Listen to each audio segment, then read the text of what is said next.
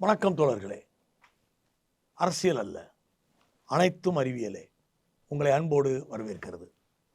இன்றைய நம் உரைவீச்சின் நாயக்கர் கஸ்டேவ் லீ பான். கஸ்டேவ் லீ பான் பிரான்ஸ் தேசத்தைச் சேர்ந்த சோசியல் சைக்காலஜிஸ்ட், ஆந்த்ரோபாலஜிஸ்ட். இவர் மாஸ் சைக்காலஜி தியரி என்கின்ற கோட்பாட்டை முன்மொழிந்தவர்.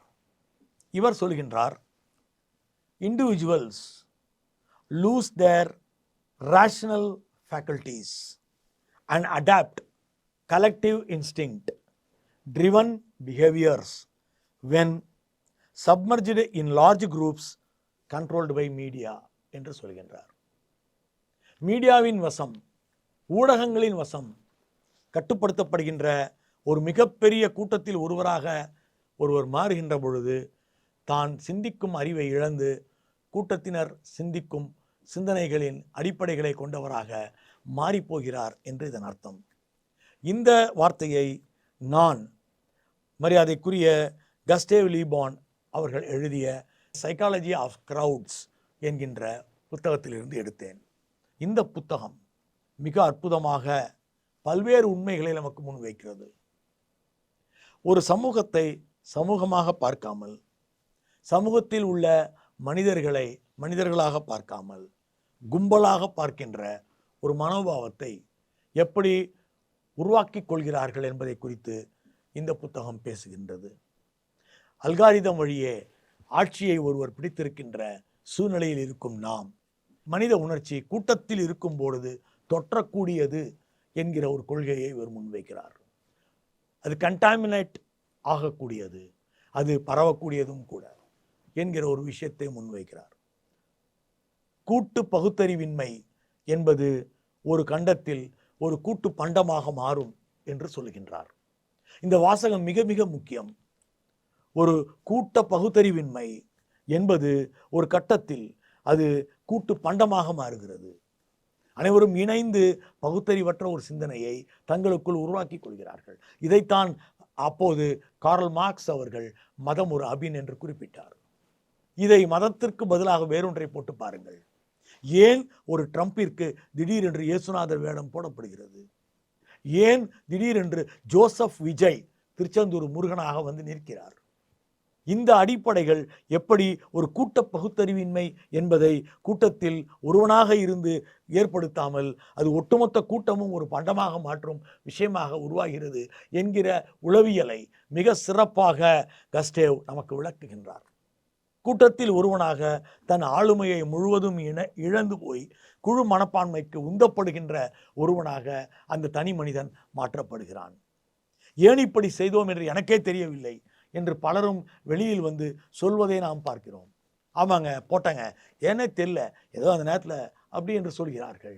அப்படி ஒரு கட்டுப்பாடற்ற ஒருவனாக அந்த மனிதனை மாற்றுவது எது என்பதை இந்த புத்தகம் பேசுகிறது. மனக்கிளர்ச்சி, எதிர்ப்பு வெறி மற்றும் உயிர் தரும் ஆதரவு வெறி, உயிரையே கொடுக்கின்ற ஆதரவு வெறி, இதை மூன்றையும் எப்படி திட்டமிட்டு வளர்க்கிறார்கள் என்பதை உளவியல் ரீதியில் இந்த நூல் நம்மோடு உரையாடுகிறது.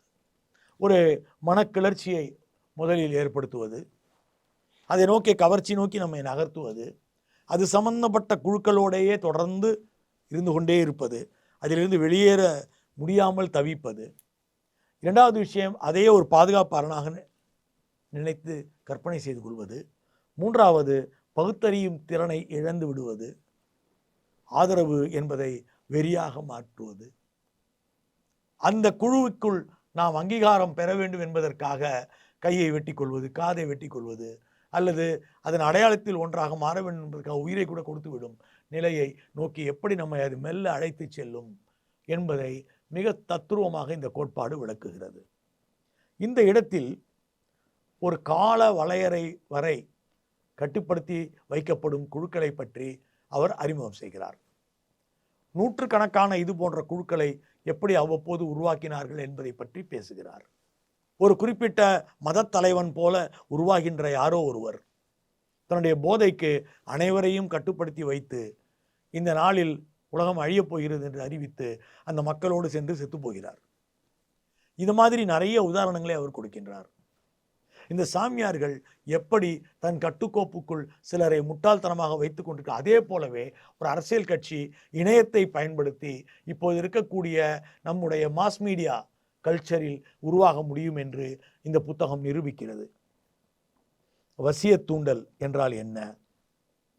தர்க்க ரீதியில் உண்மையை விட மிகைப்படுத்தப்பட்ட போலி காட்சிகளின் பால் மன ஈர்ப்பு ஏற்படுவதை எப்படி பார்ப்பது? தங்களை தாங்களே புரிந்து கொள்ள முயற்சி கூட செய்யாமல் தங்களுக்கு ஏற்கனவே எல்லாம் புரிந்துவிட்டது, தங்களுடைய தேவை இதுதான் என்கின்ற ஒன்றை நோக்கி எப்படி செல்வது?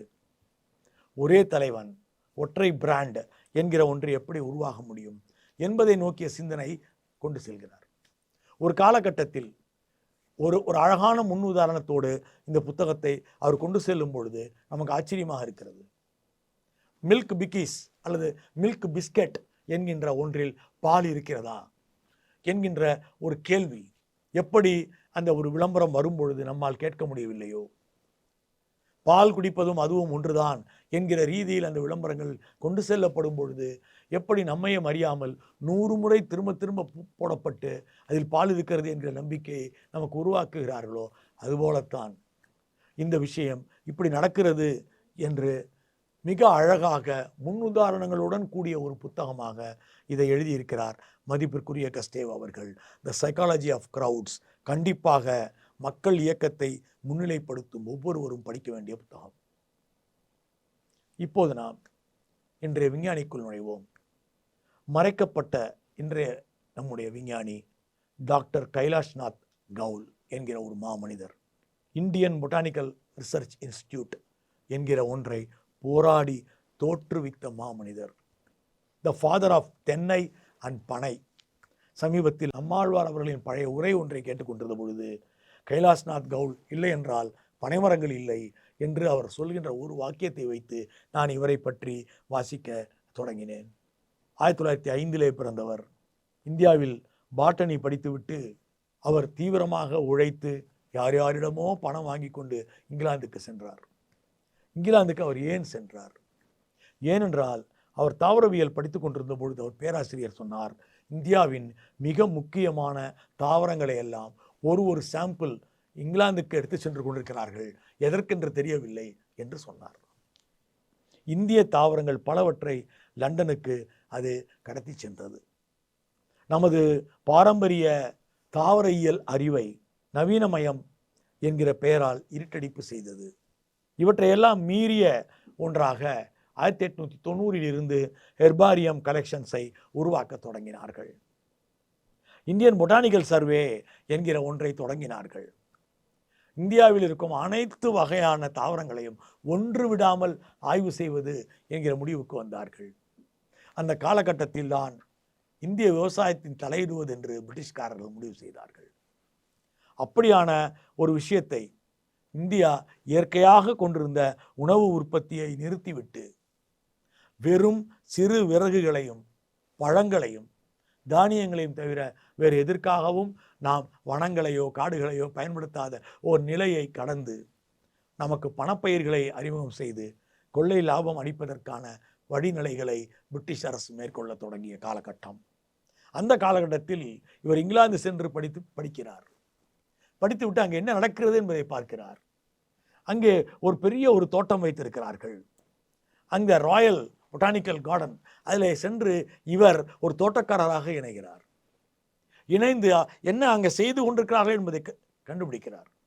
இந்தியாவிலிருந்து கொண்டு செல்லப்பட்ட அடிப்படை இந்திய தாவரங்கள், இந்த தாவரங்கள் என்ன செய்து கொண்டிருக்கிறனா, அது என்ன செய்யும், எப்படி இருக்கும் என்பது குறித்து ஆய்வு செய்து அங்கே அவங்க செய்கிறது ஒரே ஒரு வேலை தான், அதை எப்படி பணமாக மாற்றுவது.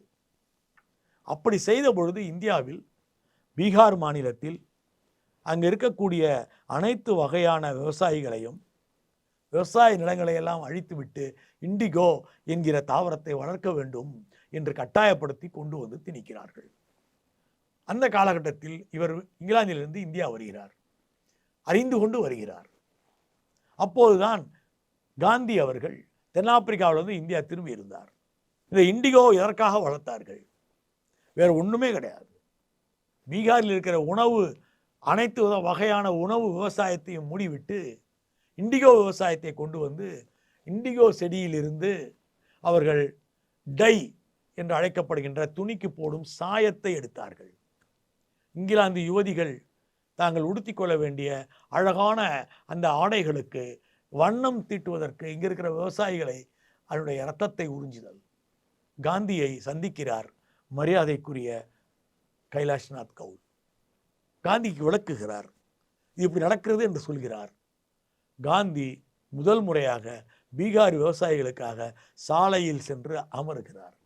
காந்தி முதலில் நடத்திய போராட்டம் இந்த இண்டிகோ தாவரத்துக்கு எதிரான விவசாயிகள் ஆதரவு போராட்டம். அதற்கான உந்து சக்தியாக இருந்த பெருமை இந்த விஞ்ஞானியை சேரும். அப்படி ராஜ்குமார் சுக்லா போன்றவர்களின் உதவியோடு மிக அருமையாக சம்பாரன் சத்தியாகிரகத்தை நடத்தி கொடுத்த பெருமை இவரை சேரும். தாவர அறிவியலை வேளாண் அறிவியலின் ஒரு அங்கமாக உணர வைத்தவர் மரியாதைக்குரிய கைலாஷ்நாத் கவுல். என்விரான்மெண்டல் கன்சர்வேஷன் அண்ட் டிசர் நம்முடைய பாலைவனங்களை எல்லாம் எப்படி சோலைவனங்களாக மாற்றுவது போன்ற அடிப்படை அறிவியலை இந்திய கட்டமைப்புக்குள் கொண்டு வந்தவர் மரியாதைக்குரிய கைலாஷ்நாத் கவுல். பாலைவனங்கள் மற்றும் நம்முடைய கடற்கரையின் ஓரங்கள் அனைத்திலுமே பனைமரங்கள் நட வேண்டும் என்று லட்சக்கணக்கான பனைமரங்கள் நடுவதை மிகப்பெரிய இயக்கமாக சாதித்து காட்டியவர் கைலாஷ்நாத் கவுல். இவரை விஞ்ஞானி என்று அழைக்காமல் இவரை வெறும் விவசாயி என்று வேண்டும் என்றே திரிக்கிறார்கள். அது உண்மை அல்ல. அவர் நம்முடைய நாட்டுக்காக மிக முக்கியமான ஒரு வேலை செய்தார். என்விரான்மெண்டல் கன்சர்வேஷன் சர்வே என்று பொட்டானிக்கல் சர்வே பெயரை மாற்றினார். இமாலயத்திலிருந்து தொடங்கி கன்னியாகுமரி வரையில் அவர் வேறு ஒரு பார்வையில் ஒரு எக்ஸ்ப்ளோரேஷன், ஒரு தேடுதல் வேட்டை நடத்தினார். மேற்கு தொடர்ச்சி மலை இருந்து தொடங்கி இங்கு வரையில் தனியாக தென்னகத்திற்கே உரிய தாவரங்களில் தென்னை போன்ற வளர்ச்சி பெற்ற தாவரங்களை அழகாக பணப்பயிர்களாக எப்படி கொண்டு வர முடியும், அது விவசாயத்தோடு இணைந்தே என்பதை ஒரு ஒரு காலகட்டத்தில் இந்தியாவுக்குள் மிக அழகாக விவசாயிகளுக்கு சொல்லிக் கொடுத்தவர். ஒரு பெரிய விவசாய நிலம் இருக்கிறது என்றால் அதனுடைய விளிம்புகளில் ஓரங்களில் தென்னை மரங்கள் நட்டு வளருங்கள் என்பது போன்ற அழகான கருத்துக்களை முன்வைத்தவர். அது மட்டுமல்ல, அவர் அழகான ஒரு வார்த்தையை முன்வைத்தார். பிளான்ட் டைவர்சிட்டி என்கிற சொல்லாக்கத்தை முன்வைத்தார். ஒரு தாவரம் இன்னொரு தாவரத்திற்கு உதவியாக வளர்ந்து கொண்டிருக்கும் முழுமையான சூழ்நிலை என்கிற ஒன்றை நோக்கி அவருடைய ஆய்வுகள் தொடர்ந்தன. ஃபுட் செக்யூரிட்டி அண்ட் பிளான்ட்ஸ் என்று ஒரு அருமையான புத்தகம் எழுதியிருக்கிறார். உணவு பாதுகாப்பிற்கும் தாவரங்களுக்கும் தொடர்பு இருக்கிறது. அந்த தாவர இயலை எப்படி உணவு பாதுகாப்பு இயலாக மாற்ற முடியும் என்பதை எழுதுகின்றார். இந்தியாவின் 18 முக்கியமான பொட்டானிக்கல் கார்டன்ஸ் உருவாக்கி கொடுத்த பெருமை மதிப்பிற்குரிய கைலாஷ்நாத் கவுல் அவர்களை சேரும். இந்தியாவின் பொட்டானிக்கல் ரிசர்ச் இன்ஸ்டிடியூட்டை உருவாக்கிய அவர் மிக முக்கியமாக ஸ்ரீலங்கா, சிங்கப்பூர், இந்தோனேஷியா, தாய்லாந்து போன்ற நாடுகளிலும் பொட்டானிக்கல் கார்டன்ஸ் உருவாக்க அழைக்கப்பட்டு அங்கே நம் நாட்டின் சார்பாக சென்று எப்படி ஒரு பொட்டானிக்கல் கார்டன் அமைக்க வேண்டும் என்பதை அவர்களுக்கு அழகாக சொல்லிக் கொடுத்து விட்டு வந்தவர். சைலண்ட் வேலி என்று அழைக்கப்படும் அமைதி பள்ளத்தாக்கில் தொழிற்சாலைகளை உருவாக்கலாம் என்கின்ற பெரிய திட்டத்தை இந்திரா காந்தி காலத்தில் முன்வைத்த பொழுது தான் இறந்து போவதற்கு 2 ஆண்டுகள் முன்னால் இங்கு வந்து உட்கார்ந்து போராடி அந்த திட்டத்தை முறியடித்து கார்ப்பரேட்டுகளுக்கு எதிராக இருப்பது மட்டுமல்ல, இந்தியாவின் ஒட்டுமொத்த சூழலியலையும் காப்பாற்ற வேண்டிய பெருமை தாவரவியல் படிக்கும் ஒவ்வொரு மாணவனின் கடமை என்று ஆய்வகத்திற்குள்ளும் கல்லூரிகளுக்குள்ளும் பல்கலைக்கழகங்களுக்குள்ளும் இருந்த இந்த படிப்பை சாலைக்கு கொண்டு வந்து ஒரு உணவு பாதுகாப்பு, சுற்றுச்சூழல் பாதுகாப்பு என்பதும் அந்த கல்வியினுடைய அடிப்படை தான் என்பதை சாதித்து காட்டிய மக்கள் விஞ்ஞானியை நாம் ஒருபோதும் மறக்கக்கூடாது. அடுத்த சந்ததிக்கு அவர் புகழை நாம் எடுத்துச் செல்ல வேண்டும். இப்போது நாம் இன்றைய தமிழ் அறிவியல் இதழை பற்றி பார்ப்போம். இன்றைய அறிவியல் இதழ் பூந்தளிர். பூந்தளிர் பைக்கோ பிரசுரம் வெளியிட்ட அற்புதமான பத்திரிகை. அது புதுச்சேரியிலிருந்து வெளிவருகின்ற ஒரு பத்திரிகை. காமிக்ஸ் இதழாகத்தான் இது முதலில் வெளிவந்தது. ஆனால் கேரளத்தில் பூம்பாட்ரா என்கிற ஒரு இதழ் வண்ணத்துப்பூச்சி எனும் சிறுவர் அறிவியல் இதழை எஸ்வி பை என்பவர் நடத்தி கொண்டிருந்தார். அவர் தமிழிலே தொடங்கியதுதான் இந்த பூந்தளிர். இந்த பூந்தளிர் வாண்டு மாமா என்கிற கௌசிகன் அவர்கள் ஆசிரியராக இருந்தார். அவரே ஒரு நல்ல ஓவியர். அறிவியல் புதிர் போட்டி என்ற இதழில் தான் ஃபஸ்ட்டு தொடங்கினாங்க. நீங்கள் கேட்டவை என்று ஒரு கேள்வி பதில் அழகாக ஒரு பகுதி தொடங்கப்பட்டது.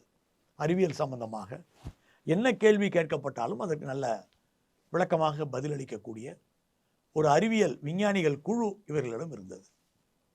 ரெண்டாவது டாக்டர் பூவண்ணன், ஆர்பி சாரதி, திருச்சி பரதன் போன்றவர்கள் எல்லாம் நிறைய எழுதினார்கள். மந்திர கம்பளம் என்கிற தலைப்பில் வாண்டு மாமா இந்த பத்திரிகையில் உலகம் முழுக்க சுற்றி வரும் ஒரு அறிவியலை அழகான கற்பனை வடிவத்தில் எழுதி அறிமுகம் செய்தார். அதே மாதிரி விண் அறிவியல் குறித்த கட்டுரைகள், காட்டு சிறுவன் கம்பன் என்று வனங்களை பற்றி தனி அறிவியல் தொடர்கள் இதிலே வெளியிடப்பட்டன. பேனா அப்புசாமி என்கின்ற அறிவியல் கட்டுரை ஜாம்பவான் முதலில் விஞ்ஞானி என்ற பெயரில் இதில்தான் கட்டுரைகளை எழுதத் தொடங்கினார்.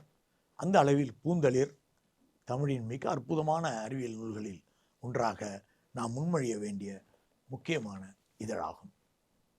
இப்போது நாம் இன்றைய புத்தகத்திற்கு வருவோம்.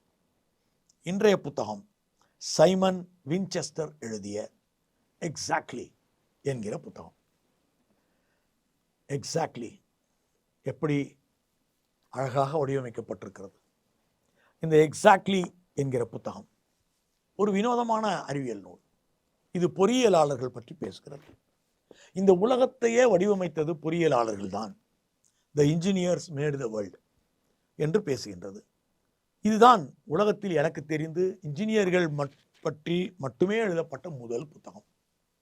அதில் சந்தேகமே இல்லை. கிட்டத்தட்ட இந்த புத்தகத்தை வாசித்து முடிக்கும் பொழுது சேச்சா நம்ம ஒரு இன்ஜினியராக போயிட்டோமே என்ற ஒரு பெரிய ஒரு மனக்கலக்கத்தை ஏற்படுத்தும் அளவிற்கு ரொம்ப ஆசையாக எழுதப்பட்டிருக்கும் அற்புதமான புத்தகம். இதில் ப்ரிசிஷன் இன்ஜினியர்ஸ், அதாவது துல்லிய விஷயம், துல்லியம் என்பதை இன்ஜினியர் ஏன் ஆதரிக்கிறாரு, ஏன் எப்போ பாரு துல்லியமாகவே இருக்க விரும்புகிறாரு, ஏன் பர்ஃபெக்ஷனிஸ்டாக தான் இருக்கணும்னு விரும்புகிறாரு என்று இந்த புத்தகம் பேசுது. நீங்கள் பார்த்தீங்கன்னா இந்த லேப்டாப் இதை எடுத்துக்கிட்டிங்கன்னா இது மிக துல்லியமான கருவிகளை கொண்டது. இல்லைனா இது லேப்டாப்பாக நீங்கள் ஒன்றும் சேர்க்க முடியாது, சான்ஸே இல்லை. இங்கே இந்த ரூமில் இருக்கிற கேமராலேருந்து எல்லாவற்றையுமே ஒரு இன்ஜினியர் தான் வடிவமைத்தார் என்பது சந்தேகம் இல்லை. ஏன்னா ஒரு பாட்டை கட்டினா ஒரு பாட்டை மாட்டினீங்கன்னா எல்லாமே இன்ஜினியரிங். எவ்வளவு துல்லியமாக அது இருக்குது. Modern world was made by perfectionist. துல்லியம் இல்லை என்றால் இந்த உலகமே தோன்றி இருக்காது. ஹியூமன் பீயிங்ஸ் குட் இமேஜின், அவர்கள் பலவற்றை கற்பனை செய்யலாம். ஆனால் ப்ரிசிஷன் இன்ஜினியர்ஸ், பொறியியலாளர்கள் தான் இந்த உலகத்திற்கு உங்கள் கனவுகளை உண்மையாக்கி ஸ்டீம் என்ஜின் கொடுத்தார்கள், இந்த உலகிற்கு ஏர்கிராஃப்டை கொடுத்தார்கள், கம்ப்யூட்டரை கொடுத்தார்கள், இந்த உலகிற்கு டிவியை கொடுத்தார்கள், உங்கள் கையில் இருக்கிற திறன்பேசியை கொடுத்தார்கள், ஸ்பேஸ் ட்ராவலை கொடுத்தார்கள். எல்லாத்தையும் உருவாக்கணும் இன்ஜினியர் தான். கனவு தான் நீ கண்ட, எல்லாத்தையும் கொடுத்தது இன்ஜினியர் தான் என்று இது ஒவ்வொரு சாப்டரையும் எடுத்துக்கிட்டு ஒவ்வொரு சாப்டரை பற்றியும் பேசுது. ஸ்பேஸ் ட்ராவல், ஏர்கிராஃப்ட்டு, கம்ப்யூட்டர்ஸ், அப்புறம் ஆட்டோமொபைல்ஸ், ஸ்டீம் என்ஜின்ஸ், இப்படி வரிசையாக. இந்த ப்ரிசிஷன் அப்படிங்கிற ஒரு ஃபவுண்டேஷன் நம்முடைய நவீன நாகரிகத்தின் ஒரு அம்சமாக எப்படி உருவாச்சு, இந்த நவீன நாகரிகத்தின் இந்த அம்சம் ஸ்மார்ட் ஃபோன் வரைக்கும் எப்படி கொண்டு வரப்பட்டது, ஒரு டிஜிட்டல் கிளாக் வரைக்கும் எப்படி கொண்டு வரப்பட்டது என்பதை ஆழமாக புக்கு பேசுது. ஸ்டீம் இன்ஜின் ஒர்க் பண்ணிச்சு. ஏன்? ப்ரிசிஷன், அந்த துல்லியமான ஒரு விஷயம் இருந்ததுனால தான் ஸ்டீம் இன்ஜின் வேலை செய்யுது. ஸ்டீம் இன்ஜின் எப்படி வேலை செய்யுது? ஸ்டீமை பின்னோக்கி தள்ளும், அது ஒரு பெரிய புகை போய் அந்த இதை சுற்றுது, சுத்த சக்கரம் சுற்றுது. ஒவ்வொன்றுமே துல்லியமாக வேலை செய்யால் தான் அது கண்டிப்பாக தன்னுடைய கடமையை சரியாக செய்ய முடியும். ஒரு ரோல்ஸ் ராயல்ஸ் காரையும் ஃபோர்டு காரையும் ஒரு அத்தியாயம் ஒப்பிடுகிறது. அது ரொம்ப நாளாக இருந்தது அந்த அத்தியாயம். ரோல்ஸ் ராய்ஸ் காரை பொறுத்த வரைக்கும் ஹென்ரி ராய்ஸ் என்ன பண்ணுறாரு, இருக்கிறதுலே அவருக்கு முக்கியம் பர்ஃபெக்ஷன் மட்டும்தான். ரோல்ஸ் ராய்ஸ் கார் பார்த்தீங்கன்னா அவ்வளோ பர்ஃபெக்டாக மெயின்டைன் பண்ணியிருப்பார். ஆனால் இதே ஃபோர்டு அதிகமான மக்கள் பயன்படுத்துறது தான் அவருக்கு முக்கியம். அதனால் அவர் என்ன பண்ணுறாரு, அதை வந்து ரெப்ளிகா தான் முக்கியம்னு வச்சுக்கிறார். ரோல்ஸ் ராய்ஸ் ஒரு வருஷத்துக்கு 3 கார் தான் பண்ணுவார். ஆனால் ஃபோர்டு ஒரு நாளைக்கு 3 கார் பண்ணுவார். ரெப்ளிகா என்கிற வார்த்தை இன்ஜினியரிங்குள்ளே வருது. அப்படி வரும்பொழுது இன்ஜினியரிங் எப்படி மாறியது, அது வந்து ஒவ்வொரு ப்ராடக்டையும் ஒரு கன்வேயர் பெல்ட் ப்ராடக்டாக மாற்றுது. கன்வேயர் பெல்ட் ப்ராடக்ட்னா என்ன? ஒரு இடத்துல ஒரு காரினுடைய கீழ்ப்பகுதியை மட்டும் செஞ்சுருவாங்க, சைடு பகுதியை ஒரு இடத்துல பண்ணுவாங்க, கதவுகளை ஒரு இடத்துல பண்ணுவாங்க, கண்ணாடியை ஒரு இடத்துல பண்ணுவாங்க, போக போக ஒவ்வொரு இடம் மாட்டிக்கிட்டே போவாங்க. அந்த கன்வேயர் பெல்ட்டினுடைய முடிவில் கார் வெளியே போயிடும். ஸோ ஃபஸ்ட்டு செய்ய வேண்டியவர் அதை மட்டும் கற்றுக்கிட்டால் போதும். கடைசி செய்ய வேண்டியவர் கடைசியில் அந்த 4 ஸ்க்ரூவை போட்டு பல்பை வைக்கிறதுக்கு கற்றுக்கிட்டால் போதும். இப்படி கன்வேயர் பெல்ட் கான்செப்டாக ஃபோர்டு எப்படி ஹென்ரி ராய்ஸ்க்கு எதிராக ஒரு கான்செப்டை கொண்டு வந்தார் என்று ஒரு அத்தியாயம் மிக அழகாக பேசுகிறது. கிட்டத்தட்ட 6 லட்சம் பேப்பராம் ஷீட். அந்த மேக்ஸு துல்லியமாக ஒரு இன்ஜினியர் உட்காந்து போட்டு காட்டினா மனிதன் நிலாவுக்கு போயிருக்க முடியாது அப்படின்னு ஒரு சாப்டர் விளக்குகிறது. ஒரு எக்யூப்மெண்ட்டையும் ஒரு ராக்கெட்டுக்குள்ளே கொண்டு போய் போடுறதுக்கு எவ்வளோ ஆழமாக ஒரு இன்ஜினியர்ஸ் திங்க் பண்ண வேண்டியிருக்கு, அதை எப்படி ப்ரொடியூஸ் பண்ண வேண்டியிருக்கு என்பதை பேசுகிறாங்க. இன்றைக்கி ஹப்பிள் தொலைநோக்கி சில தவறுகள் செய்து விட்டதற்காக புதிய தொலைநோக்கி அனுப்பிச்சிருக்கோம். என்ன தவறு? ஒன்றுமே இல்லை, சின்ன துல்லிய தவறு தான். 0.001 போகிறதுக்கு பதிலாக 0.01 போட்டுடுச்சு. இது விண்வெளியை பொறுத்த வரைக்கும் எவ்வளோ பெரிய இடைவெளி. இது காட்டின இடத்துல அந்த நட்சத்திரம் இல்லை, அதுக்கு பதிலாக எத்தனையோ பல கிலோமீட்டர் தள்ளி இருக்குது. ஸோ நீங்கள் நினைக்கிறீங்க சும்மா ஒரு பாயிண்ட் தானேன்னு, ஆனால் அந்த ஒரு பாயிண்ட்டுங்கிறது விண்வெளியை பொறுத்த வரைக்கும் எவ்வளோ பெரிய தவறாக அமைஞ்சுது. ஹப்பிள் டெலஸ்கோப்புக்கு வேலையே போயிடுச்சு சார் என்று இந்த புத்தகம் முடிவடைகிறது. மிக அற்புதமான இந்த எக்ஸாக்ட்லி புத்தகத்தை அனைவரும் வாங்கி வாசிக்க வேண்டும் என்று அன்போடு கேட்டுக்கொள்கிறேன். இப்போது நாம் இன்றைய கண்டுபிடிப்பாளர்களுக்குள் நுழைவோம். இன்றைய இந்திய கண்டுபிடிப்பாளர் அனுஷ்கா நாயக் நவரே. சமீபத்தில் இவர் ரொம்ப ஃபேமஸ் ஆகிட்டார். அதாவது லெகோ வேர்ல்டு ஹெட்குவார்ட்டர்ஸ் டென்மார்க் நகரத்தில் இந்த கூகுள் கண்காட்சி நடத்தப்பட்டது. இந்த கூகுள் கண்காட்சியில் கலந்து கொள்வதற்காக தன்னுடைய கண்டுபிடிப்பை இவர் எடுத்து சென்றார். அது என்ன கண்டுபிடிப்புனா, wound மேனேஜ்மெண்ட் ஸ்மார்ட் பேண்டேஜ். ஒரு பயங்கரமாக காயம்படுது, அந்த காயத்தில் பேண்டேடுன்னு ஒன்று ஒட்டுறோம். உங்களுக்கு தெரியும் அது எவ்வளோ பெரிய காயம் வரைக்கும் ஒட்ட முடியுன்றதுக்கு ஒரு எல்லை இருக்குங்கிறது உங்களுக்கு தெரியும். ஆனால் இவர் கண்டுபிடித்திருக்கிற இந்த ஸ்மார்ட் பேண்டேஜ் என்பது ஒரு முறை போட்டுட்டிங்கன்னா போதும், அது வந்து அந்த காயத்தை ஆற வைக்கிறது மட்டும் இல்லை, அதில் இருக்கக்கூடிய நேனோ, இவர் பயன்படுத்தி இருக்கக்கூடிய நேனோ பார்ட்டிக்கல் கான்செப்ட்ஸ் எல்லாம் சேர்ந்து ஒரு டாக்டர் அதை பார்த்தாங்கனாலே போதும், அந்த டாக்டருக்கு அது தெரிவிச்சிடும் உள்ளே இருக்கிற காயம் எந்த அளவுக்கு ஆறி இருக்குது, ஆறலை, என்ன ஆகும், ஃப்யூச்சர் எப்படி ஆகும், என்ன நிலைமையில் அது இருக்கும். ஒரு காயத்தை அளவிடுவதற்கு அதனுடைய ஈரப்பதத்தை தான் காரணமாக சொல்கிறாங்க. அதை பேஸ் பண்ணி இந்த பேண்டேஜில் 7 வகையான தரவுகளை எடுத்துக்கொள்ளுமாறு இது செய்யப்பட்டிருக்கு. சமீபத்தில் ஏன் இது ஃபேமஸ் ஆச்சு?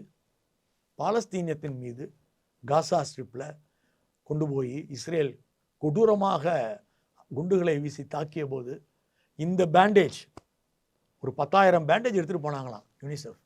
அப்படியே அங்கே இருக்கிற குழந்தைங்கள்லாம் டக்கு டக்கு டக்கு டக்குன்னு போட்டு விட்டாங்க. இது ரொம்ப யூஸ்ஃபுல்லான ஒரு மெட்டீரியல், வேர்ல்டு லெவலில் இன்றைக்கி மிக மிக பயன்பாடு மிக்க குழந்தைகளை காப்பாற்றும் ஒரு மெட்டீரியல்னு பேர் வாங்கின உடனே நம்முடைய அனுஷ்கா நாயக் நவரே அப்படிங்கிறவங்க பேரில் இப்போ பார்த்தீங்கன்னா ஒரு புது பிளானட்டை நம்ம கண்டுபிடிச்சி 3318 நாயக் நவரே என்று அந்த பிளானட்டுக்கே பேர் வச்சுருக்காங்கன்னா, அப்போ இந்த கண்டுபிடிப்பை எப்படி உலகம் கொண்டாடி இருக்கிறது என்பதை பார்ப்போம். ரவி ரேகா தம்பதிகளுக்கு, அவங்க 2 பேருமே என்ஜினியர்ஸு, மகளாக பிறந்த அனுஷ்கா நாயக் நவரே டென்மார்க் வரைக்கும் சென்று அந்த எக்ஸிபிஷனில் வச்சு உலகளவில் பெயர் பெற்று கூகுள் கொடுத்த பரிசு பெற்றதோடு அல்லாமல் உலகத்திற்கே பயன்படக்கூடிய கண்டுபிடிப்பை வழங்கியிருக்கும் கல்லூரி மாணவியாக இன்று அறியப்பட்டிருக்கிறார். அவருக்கு நம்முடைய வாழ்த்துக்கள். அவரை பற்றி நம்முடைய குழந்தைகளுக்கும் நாம் அறிமுகம் செய்வோம். அறிவியலே வெல்லும். நன்றி தோழர்களே.